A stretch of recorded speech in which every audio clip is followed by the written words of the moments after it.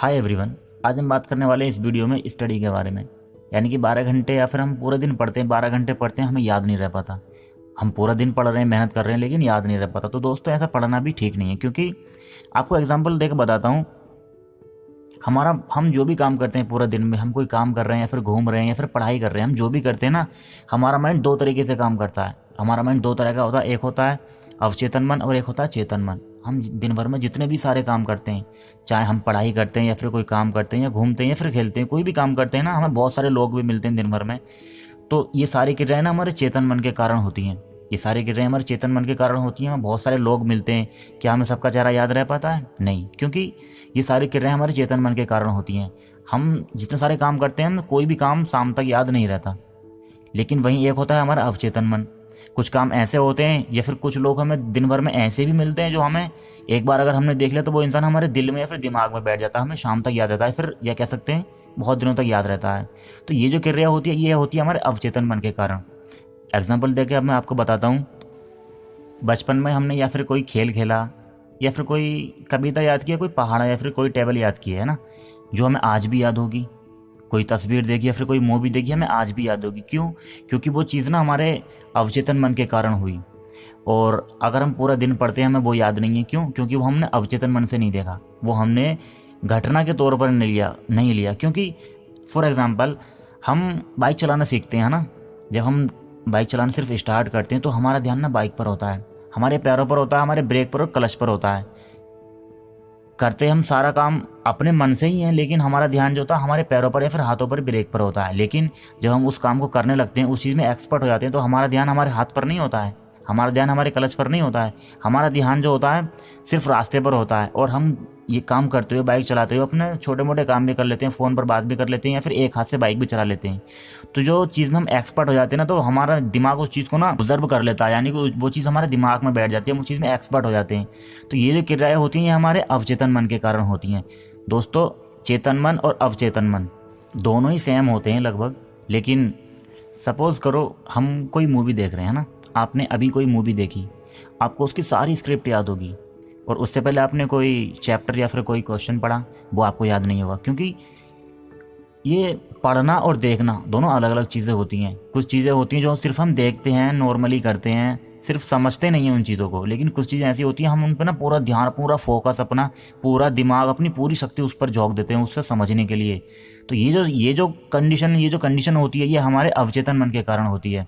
आप कोई मूवी देखते हैं, आपको वो सारी याद होती है, लेकिन आपने कोई चैप्टर पढ़ा, आपको वो सारा याद नहीं होगा। सपोज दैट आप पढ़ रहे हैं कोई क्वेश्चन, वो आपको याद नहीं होगा। क्यों? क्योंकि आप सिर्फ उसे पढ़ रहे हैं, आप उसे मन से नहीं पढ़ रहे हैं। चीज़ों को ना समझना है, चीज़ों को सिर्फ पढ़ना नहीं है, चीज़ों को समझना है।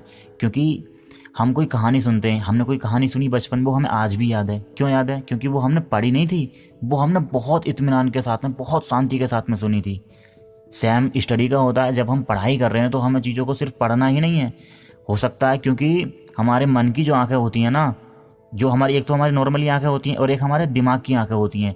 चीज़ों को इन आंखों से देखना ज़रूरी नहीं होता है। क्योंकि आप पढ़ रहे हैं तो आप कभी इस चीज़ को अपनी ज़िंदगी में उतार के देखें, कभी आप प्रैक्टिकली करें ना इस चीज़ को। क्योंकि हम पढ़ रहे हैं, है ना, पढ़ते टाइम ना अपनी आंखें बंद करना, और जो तुम्हारा क्वेश्चन है या आप जो भी चैप्टर वगैरह पढ़ रहे हैं, उस चीज़ को अपने मन से पढ़ना, अपनी आंखें बंद करके ना उस चीज़ को ध्यान में लाना कि ये किस तरीके से लिखा हुआ है किताब में, किस तरीके से क्वेश्चन है, किस तरीके से आंसर है, इसमें क्या चीज़ बताई गई है। इस चीज़ को जब आप ध्यान से, दिल से पढ़ोगे ना, तो फिर इसके बाद में आप उस चीज़ को रख देना, और 1 या 2 घंटे बाद या फिर 1 दिन बाद या फिर 2 दिन बाद अगर आप फिर से उस चीज़ को याद करोगे बैठ के शांति के साथ, बिल्कुल प्यार के साथ में, तो वो चीज़ आपको फिर से याद आ जाएगी। क्योंकि वो आपने पढ़ी नहीं है सिर्फ, वो आपने मन से पढ़ी है, वो आपने अपने दिमाग से पढ़ी है, दिल से पढ़ी है।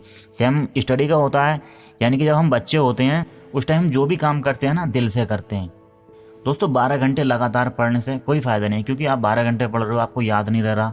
क्या फ़ायदा 12 घंटे पढ़ने का? कोई फ़ायदा है? कोई फ़ायदा नहीं है। 12 घंटे ना पढ़ के आप दिल और दिमाग पूरा जोड़ देकर सिर्फ आप अगर 4 घंटे पढ़ो ना, तो आपको 12 घंटे की स्टडी से ज़्यादा आपको रिजल्ट सिर्फ 4 घंटे की स्टडी में मिलेगा। क्योंकि पूरे दिन हम पढ़ते हैं, हमारा माइंड फ्रेश नहीं हो पाता। क्योंकि और एक चीज़ और, माइंड फ्रेश नहीं हो पाता। दूसरा, म्यूज़िक का हमारी ज़िंदगी में ना बहुत बड़ा रोल होता है हमारे माइंड को फ्रेश करने के लिए। आप बीच बीच में पढ़ें, पढ़ने के साथ साथ बीच बीच में ना आप थोड़ा म्यूज़िक पर भी ध्यान दें, थोड़ा सा आप म्यूज़िक भी सुने। इस चीज़ से ना हमारा माइंड थोड़ा फ्रेश होता है। पढ़ाई के बीच में आधा घंटा पढ़ लिए, आधा घंटे के बाद आपको 2-4 मिनट का कोई म्यूज़िक सुन लिया है ना, हमारा माइंड फ्रेश होता है इस चीज़ से। उसके बाद में फिर आपने आधा घंटे का टाइम लगाया, फिर से आप पढ़े आधा घंटा, पौन घंटा, 1 घंटा, उसके हिसाब से फिर आपने 2 से 4 मिनट या 10 मिनट का कोई म्यूज़िक सुना, या फिर कहीं थोड़ा बाहर घूम के पानी वानी पिया। उस हिसाब से अगर आप स्टडी करेंगे ना, तो आपको रिजल्ट 12 घंटे कंटिन्यू पढ़ने से बेहतर है आप इस घंटे से मात्र 4 घंटे पढ़ करके देखें। आपको ना 12 घंटे की स्टडी से ज़्यादा 4 घंटे की स्टडी में आपको रिजल्ट मिलेगा। खुशी पता है कब होती है? क्योंकि आप पढ़ रहे हैं, पूरा दिन आप पढ़े, और आपको अगर शाम के टाइम पूरा दिन आपने पढ़ा, ठीक है, जब लास्ट टाइम आया आपको अगर उस टाइम पे खुशी नहीं है ना, आपका मन खुश नहीं है कि यार मैंने पढ़ा तो पूरे दिन लेकिन मेरे कुछ याद नहीं हुआ, आपका मन खुद ब खुद खुश नहीं होगा। क्यों? क्योंकि आपको रिजल्ट नहीं मिला ना उस चीज़ का, आप इसलिए खुश नहीं हो।